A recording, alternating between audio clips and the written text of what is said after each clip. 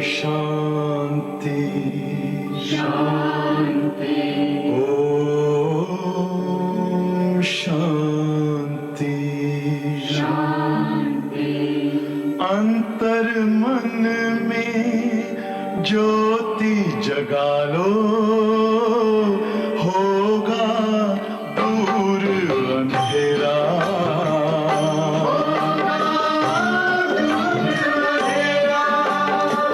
शिव का कर लो ध्यान, आ रहा पावन पुण्य सवेरा।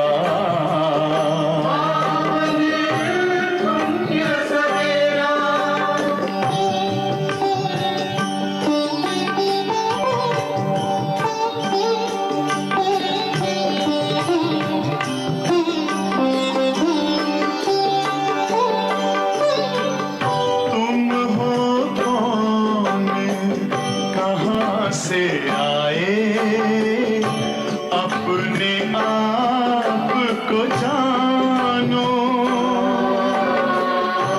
राजयोग के द्वारा अपना परम पिता पहचानो। इसी राजपथ पर चलकर पालो अपना बसेरा।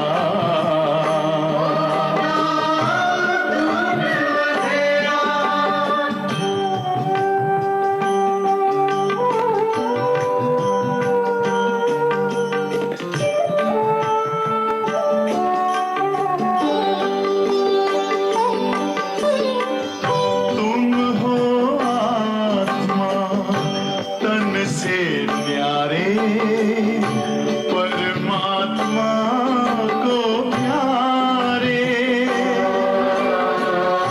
दिव्य गुणों को धारण करके योगी बनो दुलारे।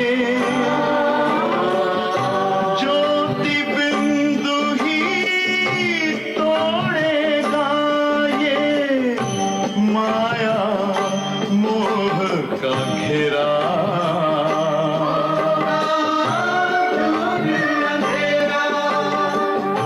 अंतर मन में ज्योति जगा लो, होगा दूर अंधेरा।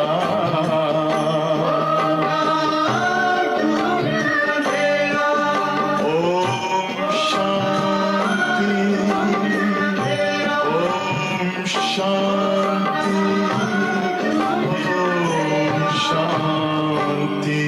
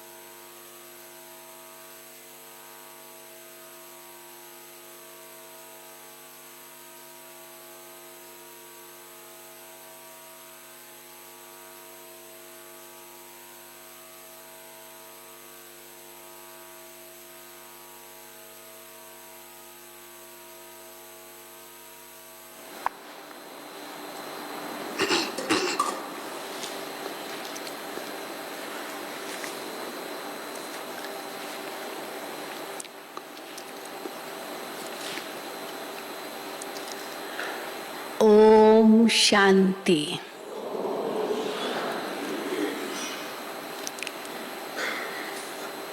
आज की बाबा की मुरली विशेष रूप से कुमारियों के प्रति है। बाबा कुमारियों से क्या अपेक्षा करते हैं? साकार में जब बाबा कुमारियों को देखते थे तो बहुत खुश होते थे। मुझे भी वो दृश्य याद आता है। और सबसे पहला प्रश्न कुमारियों से यही पूछते थे, बाबा किससे शादी करोगी? कोट पैंट वाले से या पीतांबरधारी से? अगर कोट पैंट वाले से करोगी तो पीतांबरधारी नहीं मिलेगा, सीधी बात। बाबा कह देते थे। अब आपको निर्णय करना है, कोट पैंट वाले से शादी करनी है या पीतांबरधारी श्री कृष्ण से करनी है। फिर दूसरा प्रश्न बाबा पूछता था, नौकरी टोकरी किसको करनी है? क्या तुमको अपने माँ बाप को खिलाना है? वैसे तो माँ बाप तो अपनी बच्ची का तो खाते नहीं हैं। हाँ, पहले तो ये बहुत होता था। बच्ची की कमाई माँ बाप कभी नहीं लेते थे।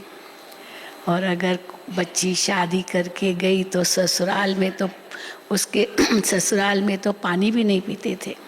नहीं, ये बोझ चढ़ेगा।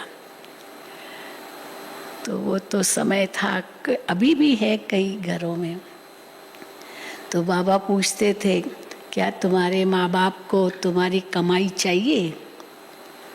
अगर चाहिए तो फिर बाबा फिर कहेंगे कि अगर कुमारी होनहार है, अच्छी सर्विसेबल है, अच्छी गुणवान है, मानो ये सारी क्वालिफिकेशंस है, तो बच्ची के जो माँ बाप जो इसके आधार पर है, क्योंकि इनकी नौकरी का, इनकी कमाई का उनको खाना पड़ता है, तो फिर बाबा उनकी पालना करेगा। यहाँ तक बाबा कह देते थे। अगर होनहार है तो यहाँ तक बाबा कुमारियों को बचाते थे। और देखो कितनी कुमारियाँ बाबा की सेवा में लग गई। तो पढ़ाई के लिए भी बाबा कहते थे, कितना पढ़ना है, कितना पढ़ना है। किसको तो बाबा कहते थे, नहीं अभी पढ़ो। फिर बाबा ये भी कहते, कितना पढ़ना है। मैं अपना अनुभव भी सुनाती हूँ। 67 में मैंने इंटर साइंस कंप्लीट की। उसके बाद घर में सबके अभी मेडिकल लाइन में जाओ, MBBS करो। तो मैंने बाबा को पत्र लिखा और बाबा से पूछा, बाबा मैं क्या करूं? घर में सब कहते तुम डॉक्टर बनो, MBBS करो, मैं क्या करूं बाबा? तो बाबा ने सीधा लिखा पत्र हमको कि बाबा की तुम्हारे में आश है कि तुम रूहानी डॉक्टर बन के विश्व की सेवा करो। ये बाबा ने मुझे कहा, रूहानी डॉक्टर, माना जिस्मानी डॉक्टर नहीं। तो लेकिन बंधन था घर में, तो फिर तुरंत तो छुट्टी नहीं मिली। फिर फिर MBBS न करके BSc किया, तो कम से कम एक डिग्री तो मिल जाए। तो फिर छुट्टी मिली। तो हम देखते हैं बाबा कन्याओं को कितना उठाते थे। और सचमुच कन्याएं कहाँ से कहाँ पहुँच गई। देखो बाबा की सेवा में देश विदेश में लगी हुई है। तो सुनेंगे बाबा के महावाक्य। आज 10/5/2022 है।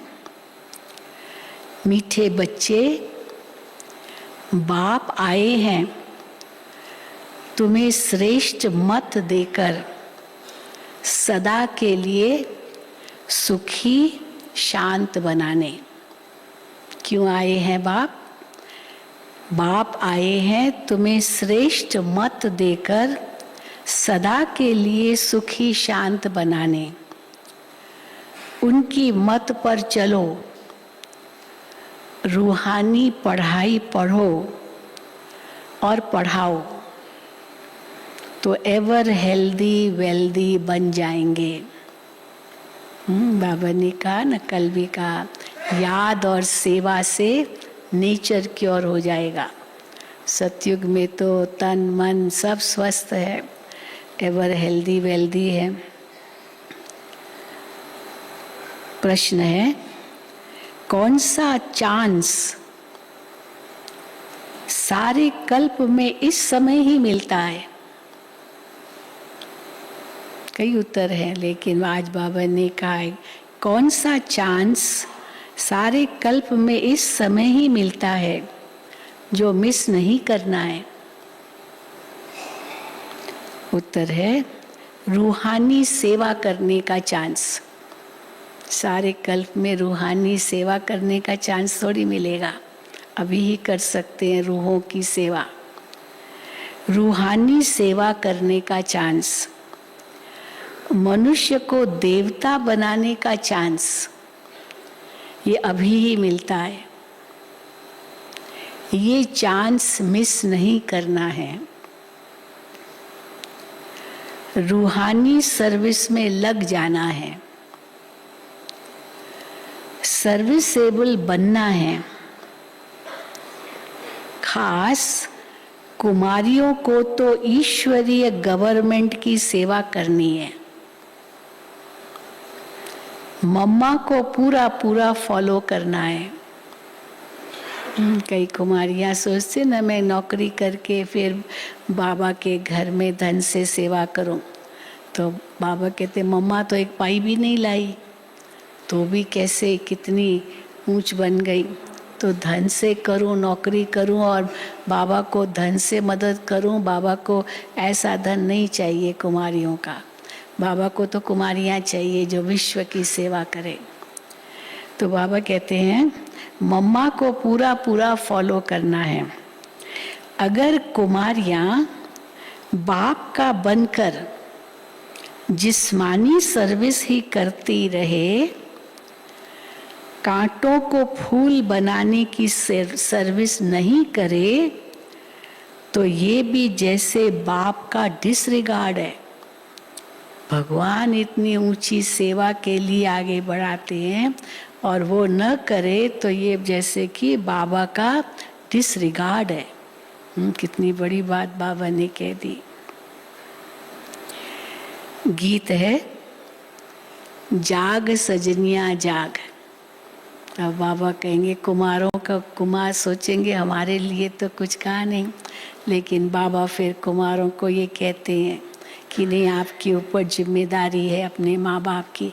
कन्याओं को जिम्मेदारी नहीं है, वो तो ससुराल चली जाएगी, पराया धन कह देते हैं, इसलिए वो बाबा की सेवा में लग जाए। गीत है, जाग सजनिया जाग, नवयुग आया रे। ओम शांति। सजनियों को किसने समझाया? जाग सजनिया जाग, नवयुग आया रे। तो ये किसने समझाया सजनियों को? कहते हैं, साजन आया सजनियों के लिए। अच्छा, कितनी सजनियां हैं? वो साजन है और हम सब सजनियां हैं। तो कितनी सजनियां हैं भगवान को? एक साजन को इतनी सजनियां हैं। कितनी सजनियां हैं?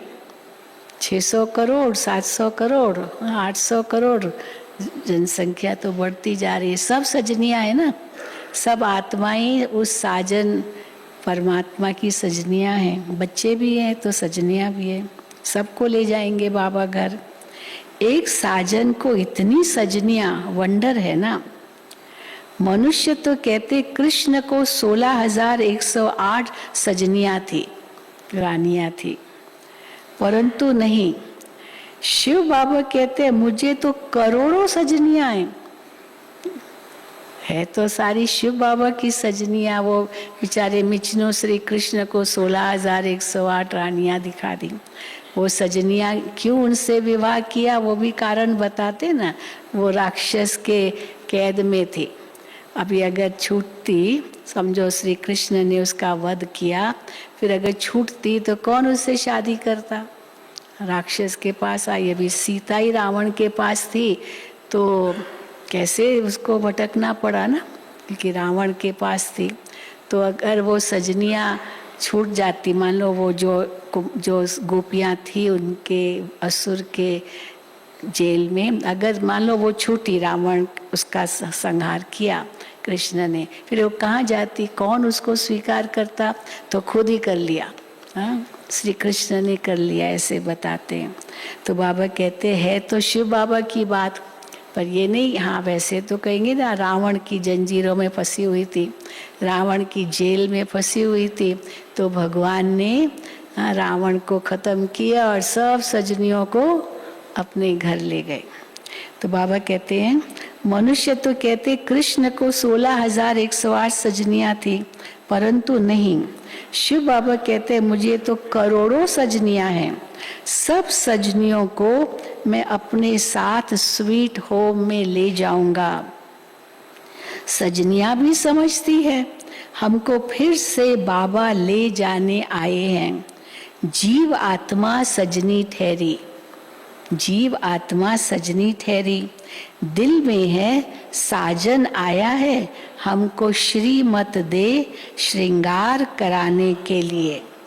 क्यों आया है साजन? श्रीमत दे श्रृंगार कराने के लिए। मत तो हर एक को देते हैं, दुनिया में एक दो को मत देते रहते ना। पुरुष स्त्री को मत देता है, बाप बच्चे को मत देता है, साधु अपने शिष्य को मत देते हैं, परंतु इनकी मत तो सबसे न्यारी है। शिव बाबा की मत तो सबसे न्यारी है, इसलिए इनको श्री मत कहा जाता है। श्री मत केवल एक की ही होती है, भगवान की, इसलिए इनको श्री मत कहा जाता है। और सब है मनुष्य मत, वो सब मत देते हैं अपने शरीर निर्वाह के लिए। दुनिया में जो भी मत मिलती है शरीर निर्वाह के लिए ही मत मिलती है। साधु संत आदि भी सबको तात लगी हुई है शरीर निर्वाह की। सभी एक दो को धनवान बनने की मत देते हैं, कैसे कमाई करो, हाँ इस यही मत देते हैं। सबसे अच्छी मत साधुओं गुरुओं की मानी जाती है, परंतु वो भी अपने पेट के लिए कितना धन इकट्ठा करते हैं। मुझे तो अपना शरीर है ही नहीं, तो शिव बाबा ऐसी मत नहीं देगा जिससे कोई शिव बाबा का पेट भरे। मुझे तो अपना शरीर नहीं है, मैं अपने पेट के लिए कुछ नहीं करता हूँ।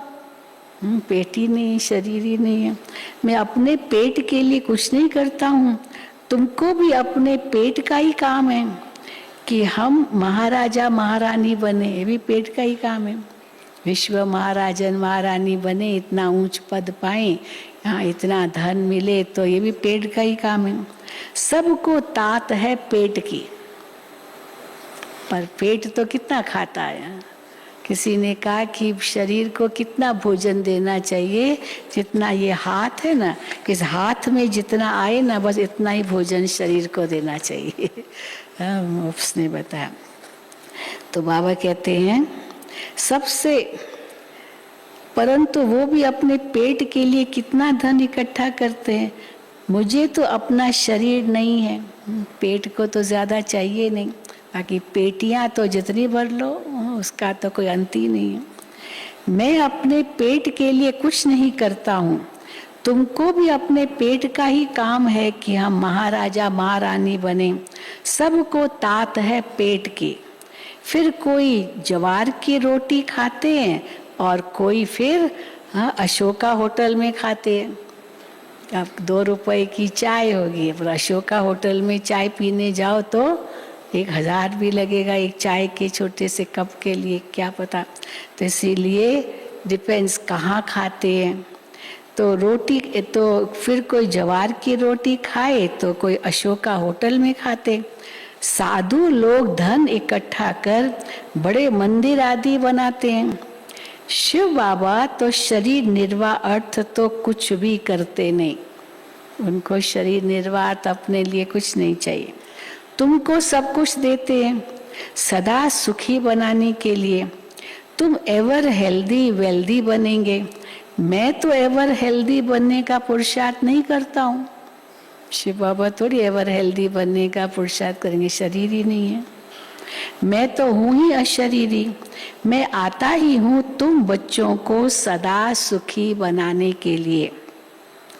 शिव बाबा तो है निराकार, बाकी सबको पेट की ही लगी रहती है। द्वापुर में बड़े बड़े सन्यासी तत्व ज्ञानी ब्रह्म ज्ञानी थे, याद में रहते थे। हाँ, ब्रह्म की याद में रहते थे ना, तो याद में रहते थे तो घर बैठे उनको सब कुछ मिल जाता था। थे जंगल में, लेकिन गृहस्थी लोग खास वहाँ जाते थे भोजन लेकर के उनको देने। तो इसीलिए बाबा कहते वो तो ब्रह्म ज्ञानी ब्रह्म योगी कहलाते थे अपने आप को, तो ब्रह्म की याद में रहते थे और उनको भोजन पहुंचाया जाता था। पेट तो सबको है, सबको भोजन चाहिए, परंतु योग में रहते हैं इसलिए उनको धक्का नहीं खाना पड़ता है। पवित्र रहते थे, हाँ रहते हैं, योग करते हैं तो फिर धक्का नहीं खाना पड़ता पेट के लिए। अब बाप तुम बच्चों को युक्ति बतलाते हैं कि तुम सदा सुखी कैसे रह सकते हो। बाबा अपनी मत देकर विश्व का मालिक बनाते हैं। तुम चिरंजीवी रहो, अमर रहो। सबसे अच्छी मत तो उनकी है, शिव बाबा की मत सबसे अच्छी है।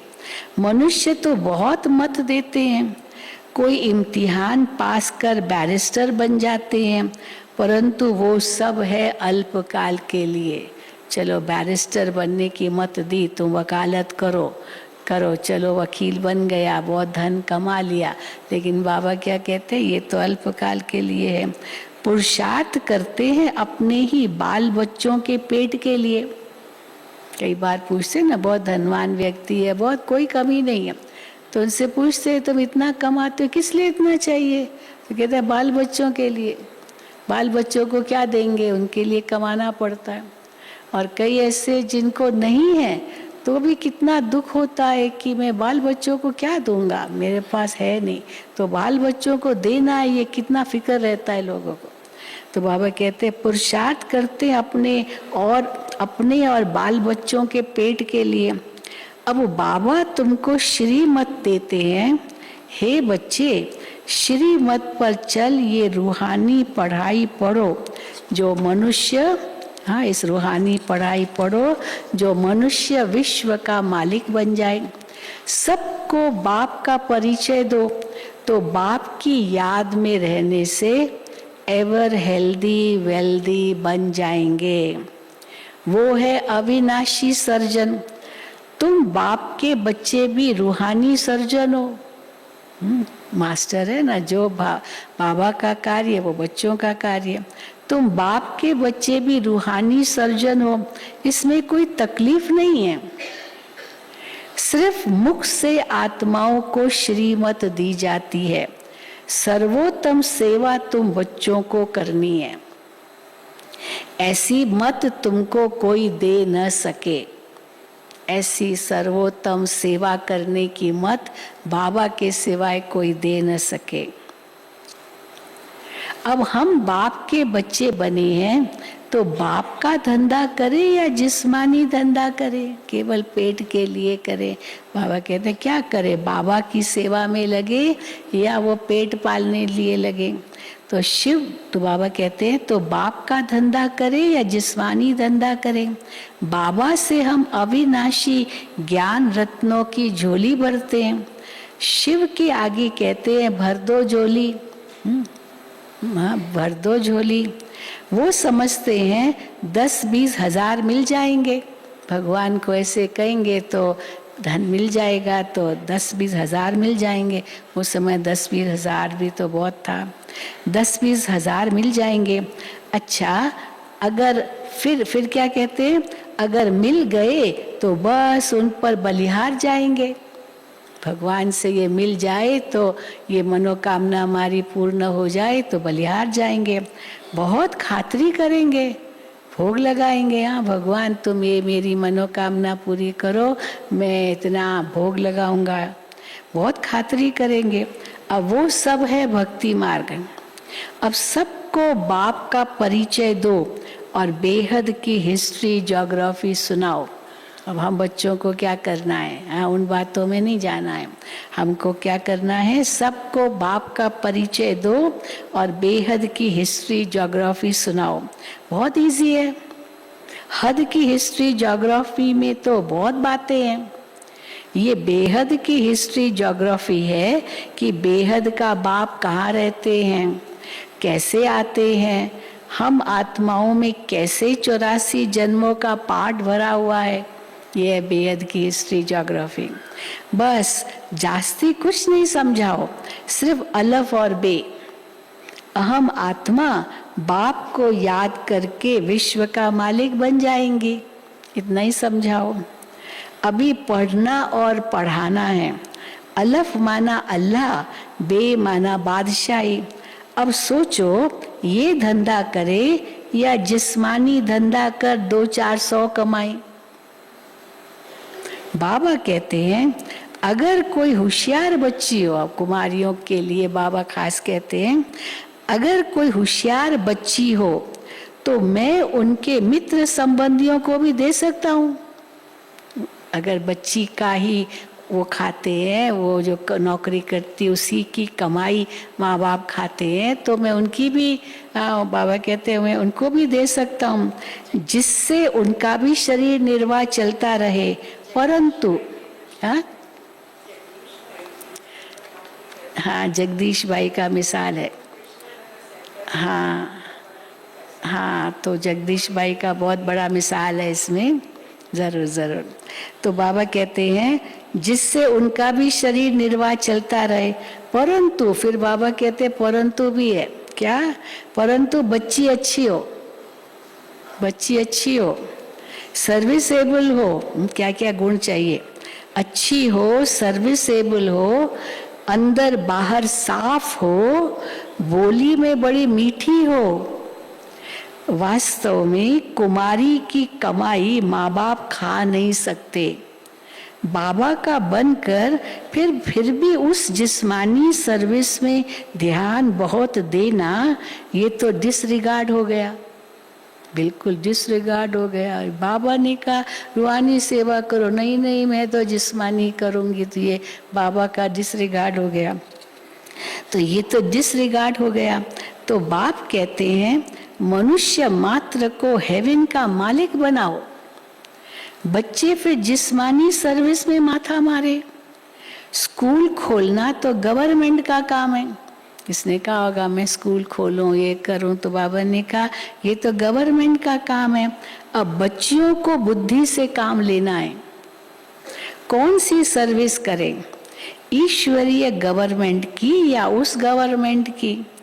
जैसे ये बाबा, देखो ब्रह्मा बाबा अपना मिसाल देते हैं, जगदीश भाई का भी मिसाल है, पर ब्रह्मा बाबा देखो खुद का मिसाल देते हैं।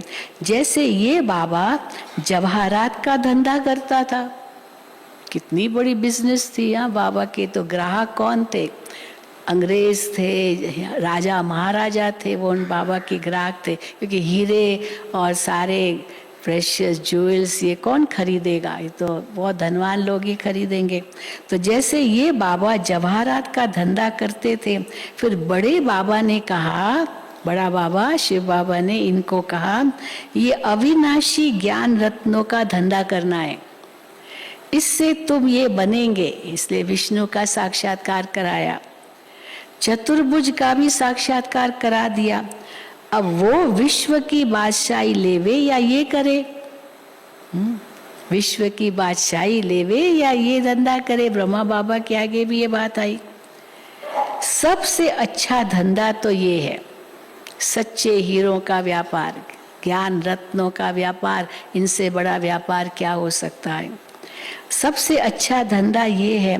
भल कमाई अच्छी थी, कोई कमाई में कोई ऐसी बात नहीं थी, कमाई बहुत अच्छी थी बाबा की लौकिक में, परंतु बाबा ने इसमें प्रवेश होकर मत दी कि अलफ और बे को याद करो। कितना सहज है, छोटे बच्चे भी पढ़ सकते हैं। शिव बाबा तो हर एक बच्चे को समझ सकते हैं।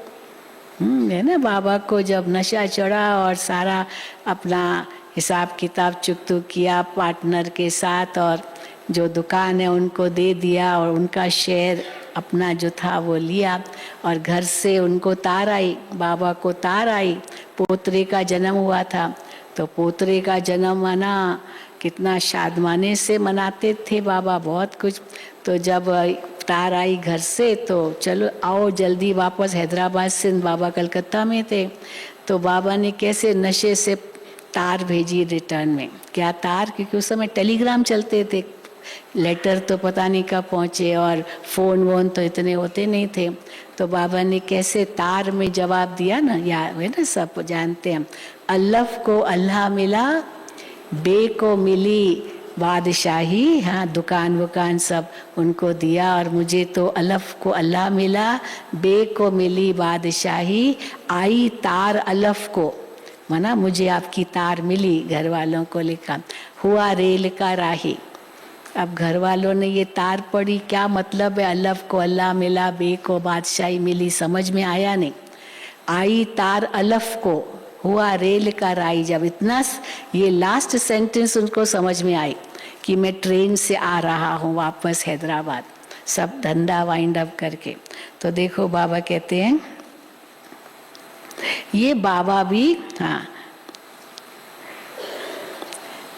छोटे बच्चे भी पढ़ सकते हैं। शिव बाबा तो हर एक बच्चे को समझ सकते हैं, ये भी सीख सकते हैं। ये है बाह्य यामी।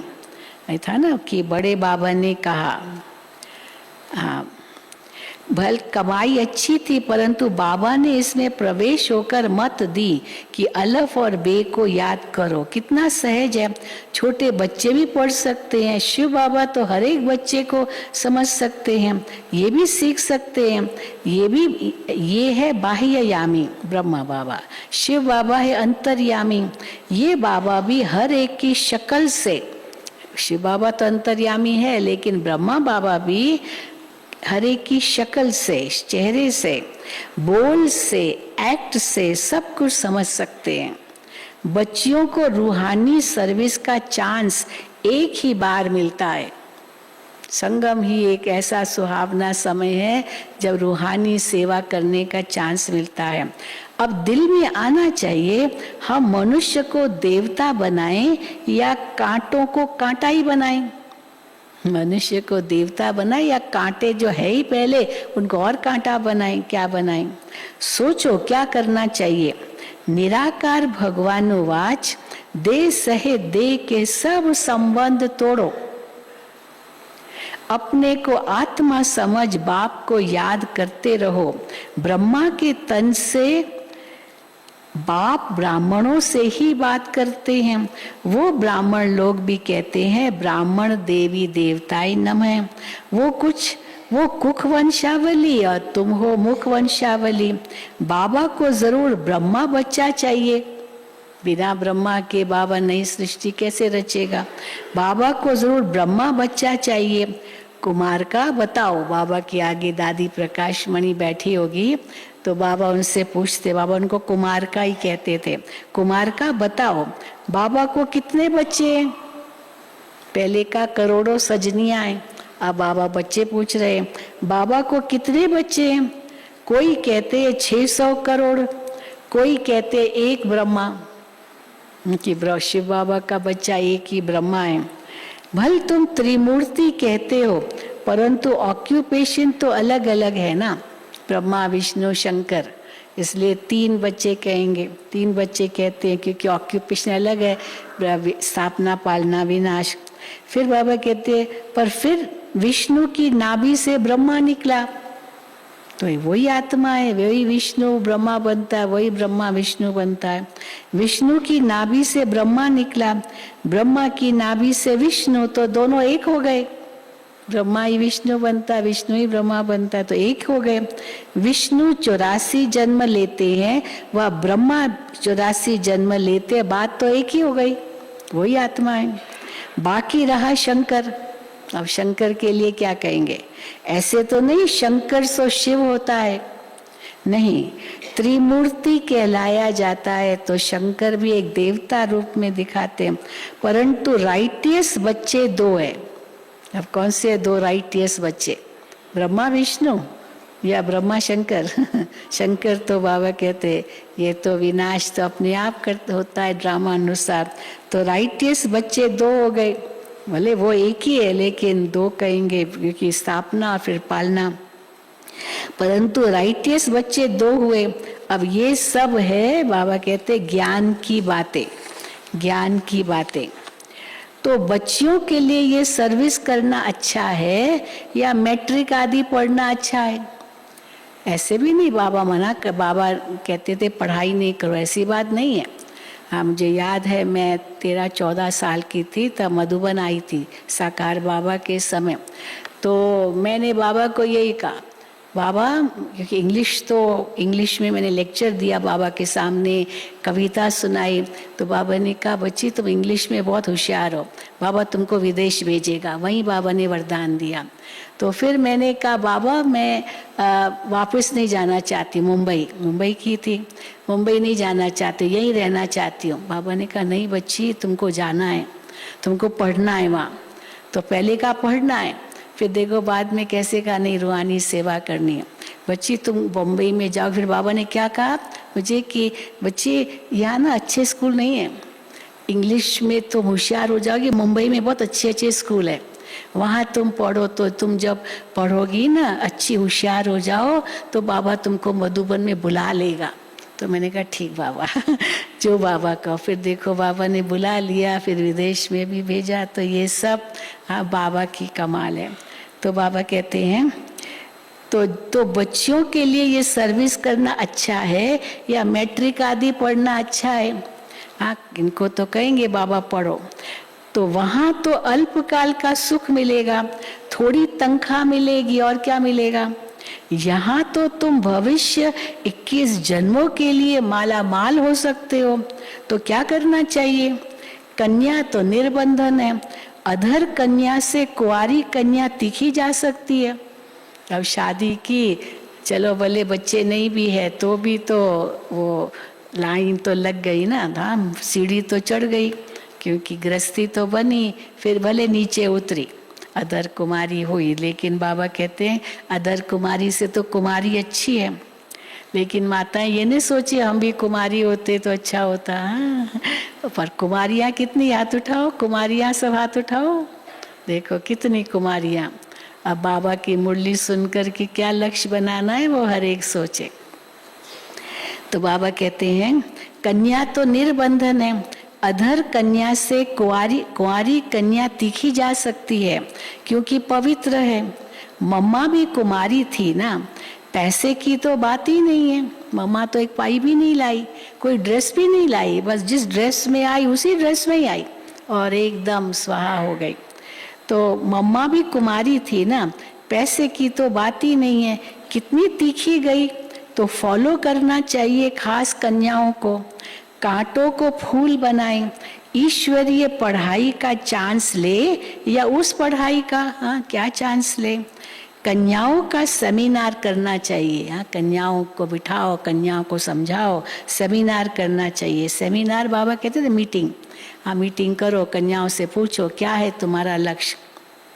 कन्याओं का सेमिनार करना चाहिए। माताओं को तो पति आदि याद पड़ता है, सन्यासियों को भी याद बहुत पड़ता रहता है। जैसे नहीं समझो सन्यासी कोई लौकिक घर को भूल जाते हैं, ये बहुत याद पड़ता रहता है। कन्याओं को तो सीढ़ी चढ़नी नहीं चाहिए, संग का रंग बहुत लग जाता है। बाबा के सामने कहेंगे हाँ बाबा मैं तो ये सेवा में लग जाऊंगी और बाहर गई तो खत्म। संग का रंग बहुत लग जाता है। कोई बड़े आदमी का बच्चा देखा, दिल लग गई, ये लड़का तो बहुत धनवान है, तो इनसे शादी करूं, फिर मैं भी ऐसे धनवान बनूं। तो बाबा कहते कोई बड़े आदमी का बच्चा देखा, दिल लग गई, शादी हो गई, खेल खत्म। सेंटर से सुनकर बाहर जाते हैं तो खेल खत्म हो जाता है। हाँ, माया का संग लगता है। अब यहाँ तो मधुबन है, यहाँ ऐसे भी बहुत आते हैं, बाबा से वायदा करते, कहते हैं हम जाकर के सेंटर खोलेंगे, बाहर जाकर गुम हो जाते हैं। यहाँ ज्ञान का गर्भ धारण करते हैं, बाहर जाने से नशा ही गुम हो जाता है। माया ऑपोजिशन बहुत करती है। माया भी कहती है वाह, हाँ ये आया है बाबा का बच्चा बन के, ये बहुत अपने को होशियार समझता है। तो माया भी कहती है वाह, लेकिन फिर माया क्या देखती है, इसने बाबा को तो पहचाना है पर बाबा को याद नहीं करता है। माया देखती है पहचाना है इसने शिव बाबा को, लेकिन बाबा को याद नहीं करता है, तो हम भी घुसा मारेंगे। ये बाबा को याद ही नहीं करता, और बातों में चला जाता है बुद्धि, और पर चिंतन उसी में रहती है। बाबा का भी बनने के बाद तो मैं घुसा मारूंगी, तो मैं घुसा मारूंगी, ऐसे नहीं कहो। हाँ, फिर घुसा मारती है माया, तो बाबा को फिर क्या कहते हैं, ऐसे नहीं कहो कि बाबा आप माया से कहो हमको घुसा न मारे। युद्ध का मैदान है ना, एक तरफ है रावण की सेना और दूसरे तरफ है राम की सेना। बहादुर बन राम की तरफ जाना चाहिए। आसुरी संप्रदाय को ही दैवी संप्रदाय बनाने का धंधा करना है। जिस्मानी विद्या तुम जिनको पढ़ाएंगे, जब तक वो पढ़कर बड़े हो तब तक विनाश भी सामने आ जाएगा। आसार भी तुम देख रहे हो, अभी तो दिन प्रतिदिन और ही आसार बढ़ते ही जा रहे हैं ना, तो आसार भी तुम देख रहे हो। बाबा ने समझाया है, दोनों क्रिश्चियन भाई भाई आपस में मिल जाए तो लड़ाई हो न सके, पर ये मिलेंगे नहीं। अभी भी देखो, अभी भी जो चल रहा है यूक्रेन रशिया का, अमेरिका तो यूक्रेन की तरफ है और रशिया कहता मैं भी कम नहीं, अमेरिका कहता मैं भी कम नहीं हूँ, तो दोनों एक दो के सामने आ गए। तो दो बिल्ले लड़े, या फिर आखिर मक्खन किसको मिलेगा, हम बच्चों को। तो इसलिए वो झाड़ में दिखाया है, तो इसीलिए वो आसार सब दिखाई दे रहे हैं। आसार भी तुम देख रहे हो। बाबा ने समझाया, दोनों क्रिश्चियन भाई भाई अमेरिका रशिया आपस में मिल जाए तो लड़ाई हो न सके, परंतु भावी ऐसी नहीं है। उन्हों को समझ में नहीं आता है। अब तुम बच्चे योग बल से राजधानी स्थापन कर रहे हो, दोनों के अंदर है, एटम बम फेंकूं, एटम बम, अमेरिका कहता है मैं करूं, वो कहता मैं भी करूं, अभी क्या करेंगे, तो समझ में नहीं आता उनको हम करें क्या। तो अभी तुम बच्चे योग बल से राजधानी स्थापन कर रहे हो। ये है शिव शक्ति सेना, जो शिव बाबा से भारत का प्राचीन ज्ञान और योग सीखकर भारत को हीरे जैसा बनाते हो। बाप कल्प के बाद ही आकर पतितों को पावन बनाते हैं। तुम सब रावण की जेल में हो, शोक वाटिका में हो, सब दुखी हो, फिर राम आकर सबको छुड़ाए अशोक वाटिका स्वर्ग में ले जाते हैं। तो श्रीमत कहती है, क्या कहती है श्रीमत, कांटों को फूल मनुष्य को देवता बनाओ, ये श्रीमत कहती है। तुम मास्टर दुख हरता सुख करता हो, यही धंधा करना चाहिए। श्रीमत पर चलने से ही तुम श्रेष्ठ बनेंगे। बाप तो राय देते हैं, अब कहते हैं हाँ मानो या न मानो, अर्जी हमारी मर्जी तुम्हारी। हाँ, बाबा जबरदस्ती तो कर नहीं सकते, हर एक का भाग्य अपना अपना है, हर एक का पाठ अपना अपना है। तो अब बाप कहते अर्जी हमारी मर्जी आपकी। अच्छा, मीठे मीठे सिकील दे बच्चों प्रति मात पिता बाप दादा का याद प्यार और गुड मॉर्निंग। रूहानी बाप की रूहानी बच्चों को नमस्ते। हम रूहानी बच्चों की रूहानी बाप दादा को याद प्यार गुड मॉर्निंग और नमस्ते। मम्मा की भी एक छोटी सी मुरली है। धारणा के लिए मुख्य सार। पहला, सर्विसेबल बनने के लिए अंदर बाहर साफ बनना है। सर्विसेबल बनने के लिए अंदर बाहर साफ बनना है। मुख से बहुत मीठे बोल बोलने हैं। देह सहित देह के सब संबंधों से बुद्धि योग हटाना है। संग से अपनी संभाल करनी है। एक ही पॉइंट में कितनी पॉइंट्स आ गए। सर्विसेबल बनने के लिए अंदर बाहर साफ बनना है। मुख से बहुत मीठा बोल बोलने हैं। देह सहित देह के सब संबंधों से बुद्धि योग हटाना है। संग से अपनी संभाल करनी है। दूसरा, बाप समान मास्टर दुख हरता सुख करता बनना है। रूहानी सेवा कर सच्ची कमाई करनी है। रूहानी बाप की मत पर रूहानी सोशल वर्कर बनना है। वरदान। मैं और मेरा बाबा, मैं और मेरा बाबा इस विधि द्वारा जीवन मुक्त स्थिति का अनुभव करने वाले सहज योगी भव। मैं और मेरा बाबा इस विधि द्वारा जीवन मुक्त स्थिति का अनुभव करने वाले सहज योगी भव।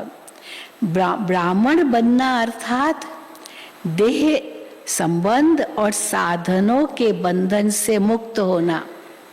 ब्राह्मण की डेफिनेशन, ब्राह्मण बनना अर्थात देह संबंध और साधनों के बंधन से मुक्त होना। देह के संबंधियों का देह के नाते से संबंध नहीं। देह के संबंधों का देह के नाते से संबंध नहीं, लेकिन आत्मिक संबंध है। यदि कोई किसी के वश पर वश हो जाते हैं तो बंधन है। लेकिन ब्राह्मण अर्थात जीवन मुक्त। जब तक कर्म इंद्रियों का आधार है तब तक कर्म तो करना है, लेकिन कर्म बंधन नहीं, कर्म संबंध है। ऐसा जो मुक्त है वो सदा सफलता मूर्त है। इसका सहज साधन है। कैसे बने ऐसे? इसका सहज साधन है मैं और मेरा बाबा। यही याद सहज योगी सफलता मूर्त और बंधन मुक्त बना देती है। स्लोगन। मैं और मेरेपन की एलॉय खाद को समाप्त करना ही रियल गोल्ड बनना है। सच्चा सोना किसको कहेंगे? मैं और मेरेपन की एलॉय यानी खाद को समाप्त करना ही रियल गोल्ड बनना है। और वरदान भी ऐसा ही था। मैं और मेरा बाबा इस विधि द्वारा जीवन मुक्त स्थिति का अनुभव करने वाले सहज योगी भव। मम्मा की छोटी सी मुरली है। ये जो मनुष्य गीत गाते हैं, ओ गीता के भगवान अपना वचन निभाने आ जाओ, है ना। छोड़ भी दे आकाश सिंहासन, इस धरती पर आ जाओ। फिर लास्ट में है अपना वचन निभाने आ जाओ। ओ गीता के भगवान अपना वचन निभाने आ जाओ। अब वो स्वयं गीता का भगवान अपना कल्प पहले वाला वचन पालन करने के लिए आए हैं और कहते हैं, हे बच्चे, जब भारत पर अति धर्म ग्लानि होती है तब मैं इसी समय अपना अंजाम पालन करने, अंजाम माना वायदा निभाने के लिए अवश्य आता हूँ। अब मेरे आने का ये मतलब नहीं, मैं आता हूँ, लेकिन इसका मतलब ये नहीं कि कोई युगे युगे आता हूँ। सभी युगों में तो कोई धर्मग्लानि नहीं होती। धर्मग्लानि होती ही है कलयुग में। तो परमात्मा कलयुग के अंत समय में आता है और कलयुग फिर कल्प कल्प आता है, तो उस हिसाब से कहेंगे कल्प कल्प के अंत में। और कलयुग फिर कल्प कल्प आता है, तो जरूर वो कल्प कल्प आता है। कल्प में फिर 4 युग हैं, उसको ही कल्प कहते हैं।